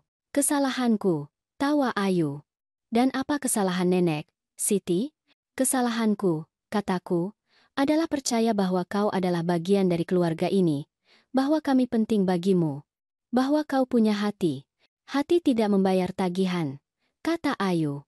Uang yang membayar, uang nenek. Dan aku akan mendapatkannya. Dengan satu atau lain cara. Tidak jika aku bisa menghentikannya, jawabku. Ayu mendekat. Kami sekarang berhadapan muka.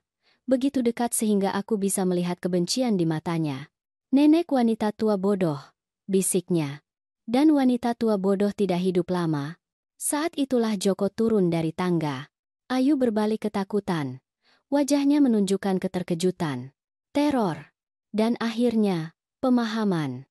Semua ini jebakan, katanya, menatapku. Kau merekamku. Setiap kata, aku mengkonfirmasi.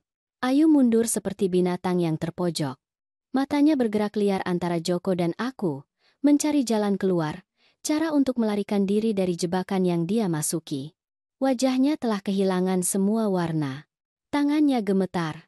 Ini tidak sah, katanya dengan suara melengking. Kalian tidak bisa merekamku tanpa persetujuanku. Itu tidak bisa dijadikan bukti. Sebenarnya bisa, kata Joko dengan tenang. Di negara bagian ini, hanya diperlukan persetujuan dari salah satu pihak dalam percakapan pribadi. Dan Siti setuju. Dia ada di rumahnya sendiri. Semua yang kau katakan di sini terekam. Ayu tertawa, tawa histeris, melengking, penuh keputusasaan. Kalian pikir kalian menang, kan? Kalian pikir dengan rekaman kalian akan menghancurkanku. Bukan hanya rekamannya, kataku. Itu pesan-pesan, dokumen keuangan, kesaksian Budi, kamera keamanan stasiun. Semuanya bersama-sama melukiskan gambaran yang sangat jelas. Ayu, kau dan Arman merencanakan pembunuhanku. Dan dalam prosesnya, kalian membunuh seorang wanita tak bersalah. Tidak ada yang akan percaya pada kalian, kata Ayu. Tetapi suaranya telah kehilangan keyakinan. Aku seorang janda. Ibu tunggal. Kalian adalah wanita tua paranoid dan temannya yang usil. Siapa yang menurut kalian akan dipercayai polisi? Bukti, jawab Joko. Bukti tidak berbohong. Ayu menjatuhkan diri ke sofa. Dia membenamkan wajahnya di tangannya. Untuk sesaat aku berpikir dia akan menangis, bahwa dia akan hancur, bahwa mungkin, di suatu tempat yang dalam, masih ada sesuatu yang manusiawi di dalam dirinya. Tetapi ketika dia mengangkat kepalanya, Hanya ada kemarahan. Ini salah nenek. Dia membentakku. Jika nenek mati ketika nenek seharusnya mati, semua ini tidak akan terjadi. Dewi masih hidup.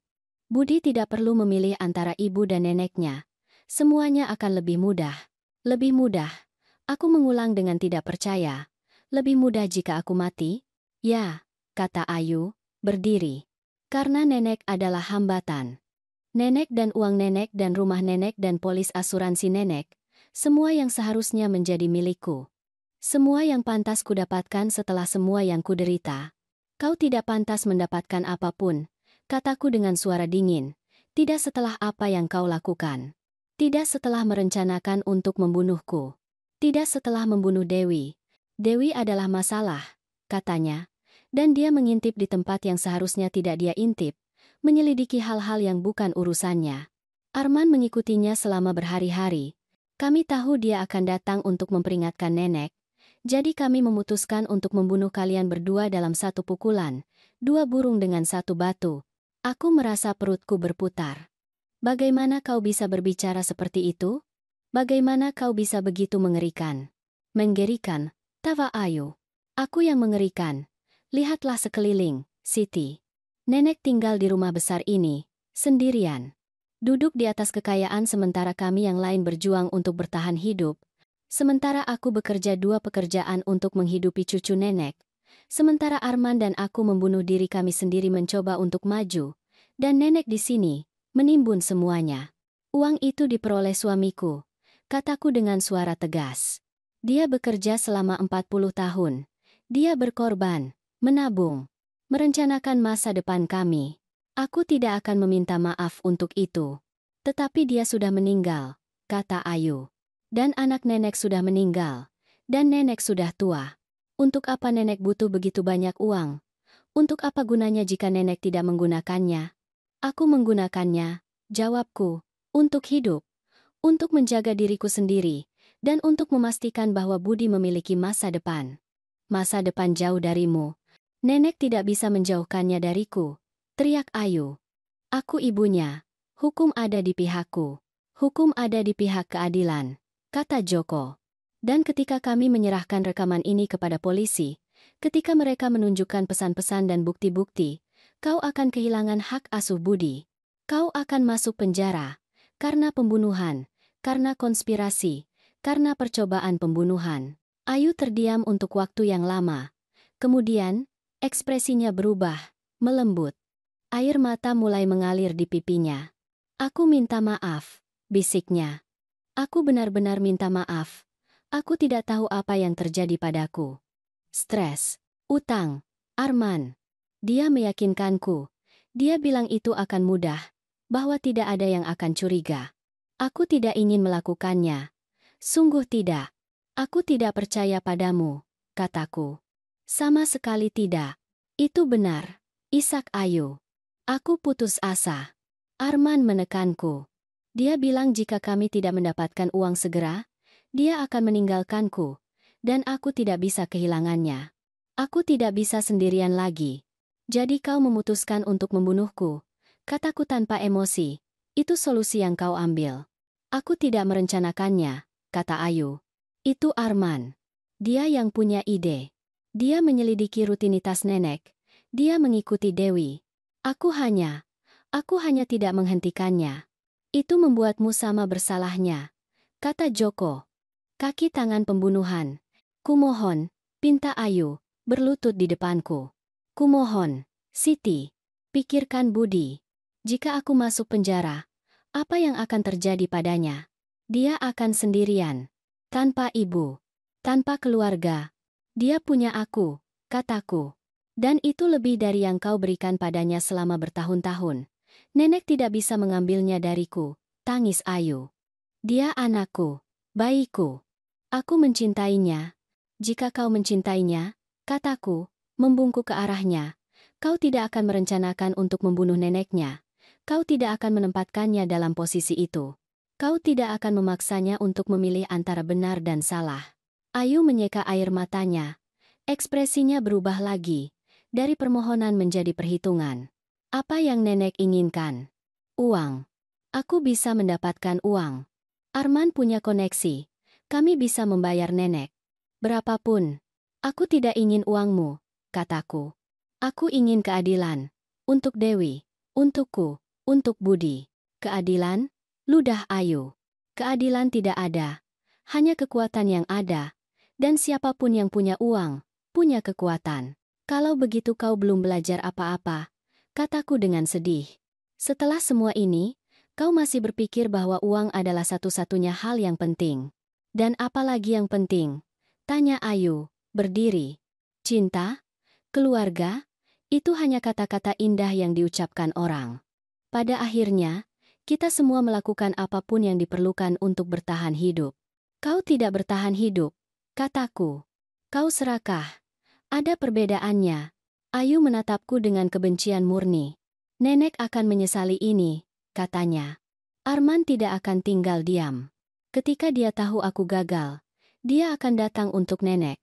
Dan lain kali tidak akan ada peringatan. Tidak akan ada gaun yang salah. Hanya kematian. Itu ancaman lain, kata Joko, mengeluarkan teleponnya. Kurasa kita sudah cukup. Aku akan menelepon polisi. Jangan, kata Ayu dengan panik. Tunggu. Kita bisa mencapai kesepakatan. Kumohon. Tidak ada kesepakatan yang mungkin, kataku. Dewi sudah meninggal. Tidak ada yang bisa mengubah itu. Dan kau akan membayar untuk apa yang kau lakukan. Joko memutar nomor. Ayu menerjang ke arahnya, mencoba merebut telepon. Dia mundur cepat. Aku melangkah di antara mereka. Jangan berani, kataku pada Ayu dengan suara baja. Dia mendorongku. Aku kehilangan keseimbangan. Aku jatuh ke belakang. Pinggulku membentur meja kopi. Rasa sakitnya instan dan tajam. Joko menjatuhkan telepon dan berlari ke arahku. Ayu memanfaatkan momen itu. Dia mengambil tasnya dan berlari menuju pintu. Dia membukanya dengan keras dan lari. Kami mendengarnya menuruni tangga. Sepatu hak tingginya berdentum di semen.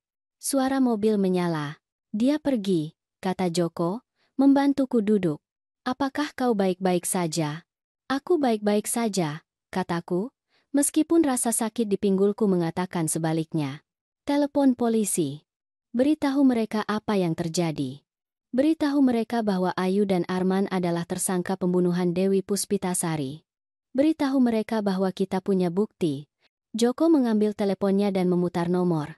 Saat dia berbicara dengan operator, aku memikirkan Ayu melarikan diri. Arman menunggunya di suatu tempat. Keduanya merencanakan langkah mereka selanjutnya. Tetapi kali ini kami siap. Kali ini kami punya bukti. Kali ini kami bukan korban tak berdaya. Kami adalah pejuang, petarung, dan kami tidak akan menyerah sampai keadilan menang. Polisi tiba dalam 15 menit. 2 petugas lebih dulu, kemudian seorang detektif.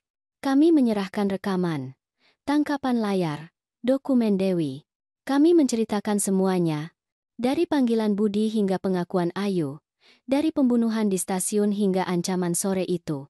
Detektif itu, seorang pria berusia sekitar 50 tahun dengan mata lelah tetapi cerdas, mendengarkan semuanya dengan penuh perhatian. Dia mencatat, mengajukan pertanyaan, dan akhirnya mengucapkan kata-kata yang perlu kudengar. Kami punya cukup bukti untuk menangkapnya. Dia dan Arman Wijaya. Kami akan mengeluarkan surat perintah penangkapan segera.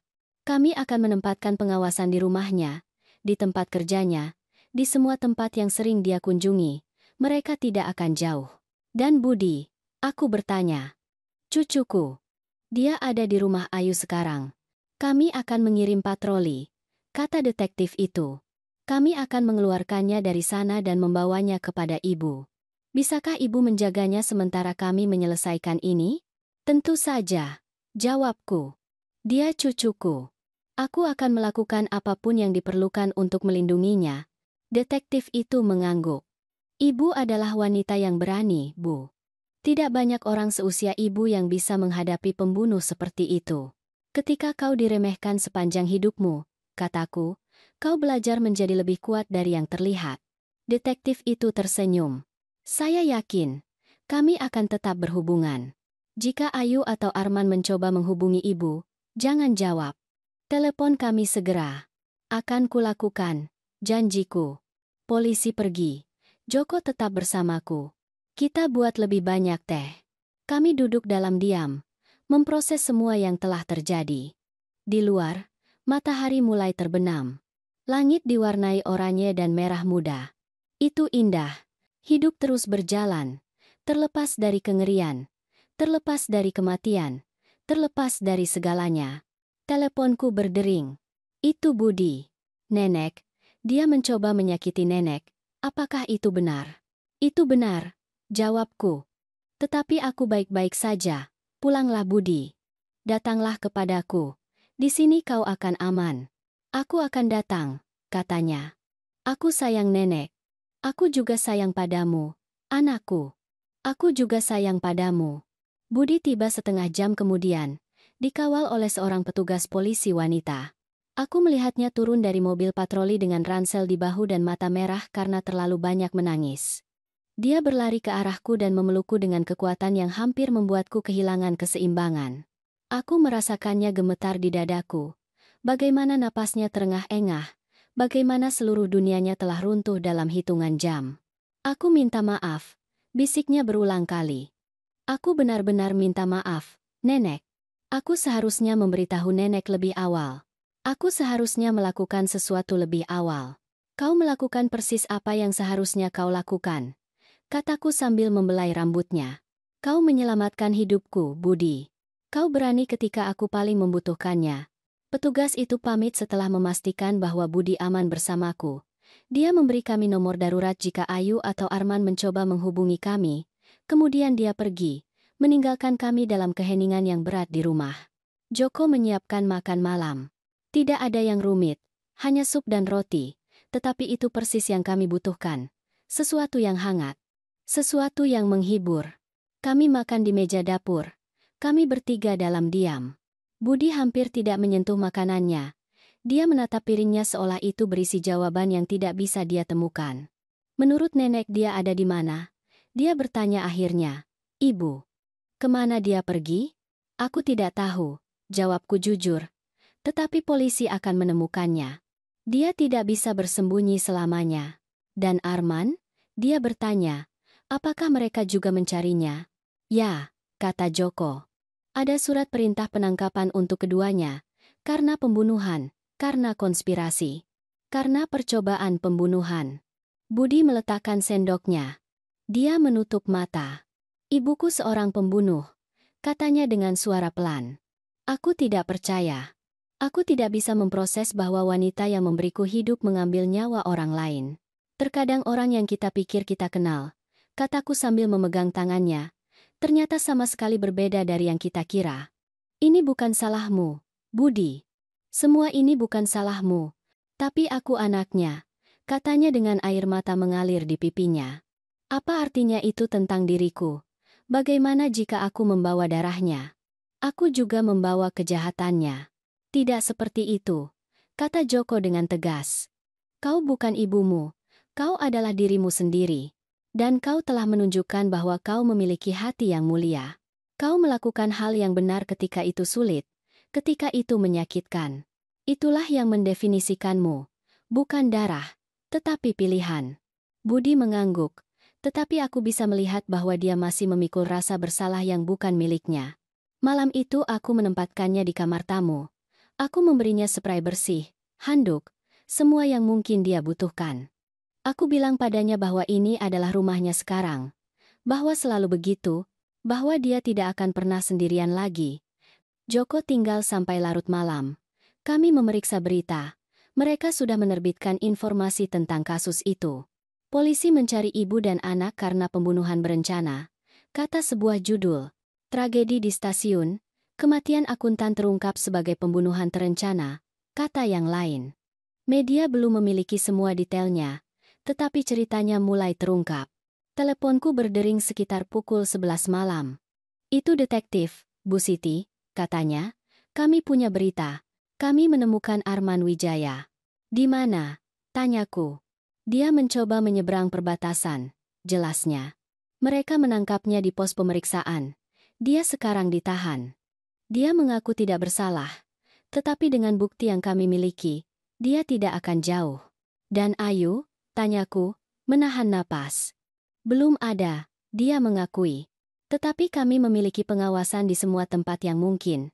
Bandara, stasiun bus, bahkan rumah kerabat. Dia akan muncul. Mereka selalu muncul. Saya harap Anda benar, kataku. Kami benar, dia meyakinkan. Istirahat, Bu. Ibu sudah menjalani hari yang sangat panjang. Kami akan terus memberi Ibu informasi. Aku menutup telepon dan memberitahu Joko. Dia tampak lega. Malam itu aku tidur sedikit. Setiap suara mengejutkanku. Setiap derit rumah membuatku berpikir bahwa Ayu telah kembali, bahwa dia datang untuk menyelesaikan apa yang dia mulai. Aku memeriksa kunci 3 kali. Jendela, pintu belakang, semuanya aman. Tetapi ketakutan tidak hilang. Pukul 3 pagi aku turun untuk minum air. Aku menemukan Budi di dapur, duduk dalam kegelapan. Aku tidak bisa tidur, katanya ketika aku menyalakan lampu. Aku juga, aku mengakui, duduk di sampingnya. Kami duduk di sana, dalam keheningan bersama. Dua orang mencoba memproses hal yang tidak bisa diproses. Akhirnya, Budi berbicara. Menurut nenek, apakah aku akan pernah mempercayai siapapun lagi? Dia bertanya, setelah ini. Setelah menemukan bahwa ibuku sendiri ingin membunuh orang yang paling kucintai di dunia. Ya, jawabku. Itu akan memakan waktu. Itu akan menyakitkan. Tetapi kau akan mempercaya lagi. Karena terlepas dari semua hal buruk yang terjadi, ada juga kebaikan. Dewi mencoba menyelamatkanmu. Joko membantu kita. Aku berjuang untukmu. Dunia bukan hanya kegelapan, Budi. Ada juga cahaya. Aku ingin mempercayainya, katanya. Kalau begitu percayalah, kataku. Karena itu benar. Hari-hari berikutnya adalah pusaran. Pernyataan di kantor polisi, wawancara dengan jaksa, pertemuan dengan pengacara. Budi juga harus bersaksi. Itu sulit baginya, tetapi dia melakukannya dengan berani. Dia menceritakan semua yang dia dengar, semua yang dia lihat, semua yang dia tahu. Arman hancur selama interogasi. Dia mengakui semuanya, rencana, pengawasan. Momen di stasiun ketika dia mendorong Dewi, mengira itu aku. Dia mencoba menyalahkan Ayu. Dia bilang dia adalah dalang di balik segalanya, bahwa dia hanyalah pion, tetapi pesan-pesan itu menunjukkan realitas lain. Mereka menunjukkan dua orang yang sama-sama bersalah, sama-sama mengerikan. Ayu masih hilang. Seminggu, 2 minggu, 3. Polisi memperluas pencarian. Mereka menyebarkan fotonya di media nasional. Seseorang pasti melihatnya. Seseorang pasti tahu di mana dia berada. Budi mulai terapi. Seorang psikolog yang berspesialisasi dalam trauma keluarga. Awalnya dia menolak. Aku tidak ingin membicarakannya, katanya. Aku ingin melupakan. Tetapi akhirnya dia mengerti bahwa melupakan bukanlah penyembuhan. Bahwa untuk melanjutkan hidup dia harus memproses apa yang telah terjadi. Aku juga pergi terapi.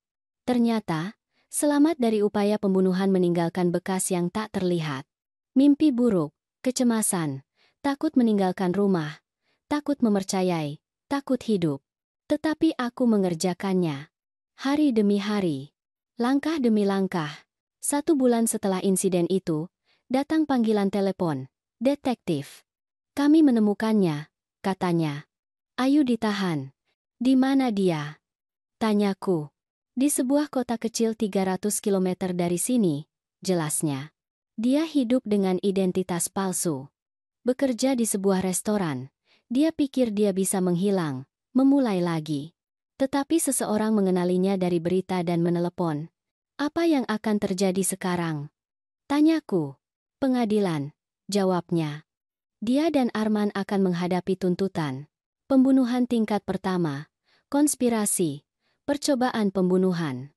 Dengan bukti yang kami miliki, mereka akan menghabiskan puluhan tahun di penjara. Puluhan tahun, aku mengulang. Itu bukan seumur hidup. Itu bukan keadilan yang sempurna. Tetapi itu adalah sesuatu. Aku memberitahu Budi. Dia tidak mengatakan apa-apa untuk waktu yang lama. Kemudian dia bertanya, bisakah aku melihatnya? Sebelum pengadilan. Apakah kau yakin? Tanyaku. Aku harus melakukannya, katanya. Aku perlu bertanya padanya mengapa. Aku perlu mendengarnya dari dia. Dan begitulah yang kami lakukan. Kami mengajukan permohonan kunjungan. Itu disetujui. Dan pada pagi musim dingin yang dingin, Budi dan aku pergi ke penjara tempat Ayu ditahan. Kami melihatnya melalui kaca. Dia mengenakan seragam oranye, tanpa riasan, tanpa perhiasan, tanpa topeng yang selalu dia pakai. Dia terlihat kecil, kalah, hampir manusiawi. Budi mengambil telepon. Dia melakukan hal yang sama. Mereka saling memandang. Ibu dan anak. Dipisahkan oleh kaca dan kejahatan yang tak termaafkan. Mengapa? Tanya Budi. Suaranya serak. Itu saja yang ingin aku tahu. Mengapa? Ayu menutup mata. Air mata mengalir di pipinya. Karena aku tersesat, katanya akhirnya. Karena rasa sakit kehilangan ayahmu mengubahku menjadi seseorang yang tidak aku kenali. Karena takut tidak punya apa-apa membuatku membuat keputusan yang mengerikan. Dan karena pada akhirnya, aku memilih uang di atas segalanya, di atasmu. Di atas moral, di atas diriku sendiri. Apakah ibu pernah mencintaiku? Tanya Budi. Aku mencintaimu, kata Ayu. Aku selalu mencintaimu, tetapi itu tidak cukup. Dan itulah kebenaran yang paling menyakitkan dari semuanya. Percakapan itu berlangsung selama 20 menit. Pada akhirnya, Budi menutup telepon. Dia berdiri. Dia menatap ibunya untuk terakhir kalinya, dan dia pergi. Dia tidak mengucapkan selamat tinggal. Tidak ada pengampunan, hanya sebuah akhir. Pengadilan dimulai 6 bulan kemudian. Itu lama, melelahkan, menyakitkan. Aku harus bersaksi, Budi juga. Kami menghidupkan kembali setiap momen dari hari-hari yang mengerikan itu, setiap kebohongan, setiap ancaman, setiap detik ketakutan.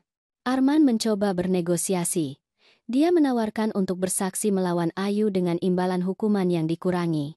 Jaksa setuju. Dia naik ke mimbar dan menceritakan semuanya. Bagaimana dia bertemu Ayu di pertemuan dukungan untuk para janda. Bagaimana hubungan itu dimulai dengan polos, tetapi menjadi beracun. Bagaimana dia menyebut uangku berulang kali, sampai ide mencurinya menjadi obsesi. Bagaimana mereka bersama-sama merencanakan setiap detail kematianku, dan bagaimana dia mendorong Dewi Puspitasari, mengira itu aku. Ayu membela diri sendirian. Dia menolak pengacara publiknya. Dia bilang tidak ada yang bisa menceritakan kisahnya lebih baik daripada dirinya sendiri. Itu adalah kesalahan. Dia berbicara terlalu banyak. Dia saling bertentangan. Dia menunjukkan sikap dingin yang sama yang dia tunjukkan padaku sore itu di ruang tamuku. Juri melihatnya, mengenalinya, dan menghukumnya. 40 tahun penjara untuk Ayu, 25 untuk Arman. Itu bukan hukuman seumur hidup, tetapi itu berarti mereka akan menghabiskan sebagian besar hidup mereka di balik jeruji besi. Itu berarti keadilan. Tidak sempurna, tetapi nyata. Ketika mereka membacakan vonis, Ayu menatapku. Tidak ada kebencian di matanya. Juga tidak ada penyesalan, hanya kekosongan, seolah sesuatu di dalam dirinya telah padam selamanya. Budi tidak menatapnya. Dia menjaga pandangannya ke depan. Rahang terkatup, air mata tertahan. Kami keluar dari gedung pengadilan bergandengan tangan. Wartawan menunggu kami. Mereka menginginkan pernyataan. Mereka menginginkan emosi. Mereka menginginkan pertunjukan. Tetapi aku hanya mengatakan satu hal. Ini untuk Dewi Puspitasari, seorang wanita pemberani yang meninggal saat mencoba melakukan hal yang benar. Semoga kenangannya menjadi berkah. Bulan-bulan berikutnya adalah penyembuhan. Budi pindah secara resmi bersamaku. Kami mengubah kamar tamu menjadi kamarnya. Kami mengecat dinding dengan warna yang dia pilih. Kami membeli furnitur baru, buku, komputer untuk studinya. Kami mengisi ruang itu dengan kehidupan, dengan harapan. Dengan masa depan. Dia menyelesaikan tahun ajaran dengan nilai bagus. Dia mendapat teman baru. Dia mulai tersenyum lagi. Itu bukan senyum yang sama seperti sebelumnya. Itu membawa bekas luka dari apa yang dialami, tetapi itu tulus. Itu adalah penyembuhan yang sedang berlangsung. Aku juga sembuh. Mimpi buruk berkurang. Keesokan harinya aku kembali ke stasiun. Itu sulit. Tanganku gemetar. Jantungku berdebar kencang, tetapi aku melakukannya. Aku naik kereta. Aku sampai di tujuanku. Dan ketika aku turun, aku merasakan sesuatu yang mirip dengan kemenangan. Joko menjadi bagian permanen dari hidup kami. Dia makan malam bersama kami 2 kali seminggu. Dia membantu Budi dengan tugas matematikanya. Dia menemaniku ke janji temu dokter. Dia menjadi kakek yang dibutuhkan Budi. Teman yang telah hilang dariku bertahun-tahun yang lalu. Aku menggunakan sebagian uangku untuk membuat yayasan atas nama Dewi Puspitasari, sebuah organisasi yang membantu korban penipuan keuangan, yang menawarkan nasihat hukum gratis, yang berjuang melawan penipu dan pengeksploitasi. Dewi telah mendedikasikan hidupnya untuk melindungi orang lain. Sekarang warisannya akan berlanjut. Pada ulang tahun pertama kematiannya, kami mengadakan upacara peringatan. Rekan-rekannya hadir. Orang-orang yang pernah dia bantu.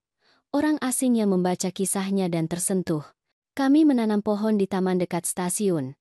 Sebuah plakat bertuliskan, Dewi Puspitasari, pahlawan sunyi. Tidak akan dilupakan. Budi membacakan puisi yang dia tulis. Itu berbicara tentang keberanian, tentang pengorbanan, tentang bagaimana terkadang malaikat tidak memiliki sayap tetapi gaun merah. Aku menangis mendengarnya. Aku menangis untuk Dewi. Untuk semua yang telah hilang. Untuk semua yang telah dia berikan. Suatu sore, beberapa bulan kemudian, Budi dan aku berada di halaman. Dia sedang mengerjakan proyek sekolah. Aku menyirami bunga yang telah kutanam tahun itu. Mawar merah. Sebagai kenangan.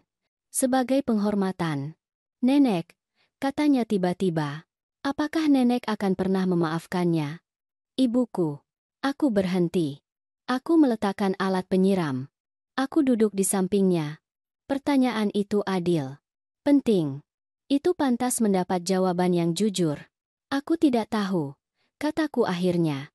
Sebagian dari diriku ingin bisa melakukannya. Ingin percaya bahwa pengampunan itu mungkin. Apa yang benar? Tetapi bagian lain, bagian yang mengingat teror pagi itu, bagian yang memikirkan Dewi mati di rel, bagian itu tidak bisa. Belum. Mungkin tidak akan pernah. Apakah salah jika aku juga tidak bisa? Tanya Budi. Tidak, jawabku. Itu tidak salah. Pengampunan tidak wajib. Itu bukan sesuatu yang kau berutang kepada orang yang menyakitimu. Itu adalah sesuatu yang kau berikan ketika kau siap. Jika suatu hari kau siap, dan jika kau tidak pernah siap, itu juga baik-baik saja. Terima kasih sudah jujur, katanya. Banyak orang bilang padaku bahwa aku harus memaafkannya, bahwa dia ibuku, bahwa suatu hari aku akan mengerti, tetapi aku tidak berpikir aku akan mengerti. Aku tidak berpikir aku mengerti bagaimana dia bisa mencoba membunuh orang yang paling kucintai. Aku memeluknya. Lama, erat. Cucuku, kegembiraanku, alasanku untuk terus maju. Gaun merah itu akhirnya kudonasikan ke organisasi amal. Aku tidak bisa menyimpannya di lemariku. Itu indah, tetapi ternoda dengan kenangan yang terlalu menyakitkan. Aku berharap orang lain bisa memakainya. Bahwa bagi orang itu hanya berarti gaun yang cantik. Tidak lebih, tidak kurang. Hidup terus berlanjut. Seperti yang selalu terjadi, musim berganti. Musim panas datang dengan panasnya yang menyengat. Kemudian musim gugur dengan daun emasnya. Budi berusia 17 tahun. Mulai memikirkan universitas. Jurusan. Masa depan. Dia berbicara tentang belajar hukum. Aku ingin membantu orang seperti Dewi, katanya. Aku ingin memastikan bahwa keadilan bukan hanya kata yang indah. Aku menua. 65 tahun sekarang. Lutut semakin memprotes. Punggung semakin sering sakit. Tetapi aku hidup, terbangun, hadir. Dan itu lebih dari yang direncanakan Ayu untukku. Suatu malam, hampir 2 tahun setelah semuanya, aku berada di kamarku bersiap untuk tidur ketika aku menemukan sesuatu di dasar laci. Sebuah foto lama. Anakku, ayah Budi, tersenyum. Muda, penuh kehidupan dan janji. Aku berbicara dengannya seperti yang biasa kulakukan ketika dia baru saja meninggal. Aku merindukanmu, kataku. Setiap hari. Tetapi aku pikir kau akan bangga. Pada Budi. Padaku. Pada bagaimana kami berjuang. Pada bagaimana kami bertahan. Angin menggerakkan tirai. Angin sejuk masuk melalui jendela. Dan untuk sesaat, hanya untuk sesaat, Aku merasakan kedamaian, karena pada akhirnya, itulah yang telah kami capai, bukan balas dendam. Bukan kehancuran. Kedamaian. Kedamaian karena mengetahui bahwa kami telah melakukan hal yang benar, bahwa kami telah menghormati Dewi, bahwa kami telah melindungi Budi, bahwa kami telah menghadapi kegelapan dan muncul, terluka tetapi utuh, di sisi lain. Aku berbaring malam itu memikirkan gaun merah, panggilan Budi, tentang bagaimana peringatan sederhana telah menyelamatkan hidupku. Dan aku mengerti, akhirnya, sepenuhnya, alasan di balik semuanya. Cucuku meneleponku pukul 6 pagi karena dia mencintaiku, karena dia memilih kebenaran di atas kesetiaan buta, karena dia lebih berani daripada orang dewasa manapun dalam situasi itu. Dan karena, pada akhirnya, cinta sejati bukanlah diam. Itu berbicara. Itu memperingatkan. Itu menyelamatkan. Aku menutup mata, dan aku tidur tanpa mimpi buruk untuk pertama kalinya dalam 2 tahun. Hidup setelah kengerian itu mungkin. Itu sulit. Itu penuh bekas luka, tetapi itu mungkin. Dan kami adalah bukti hidupnya.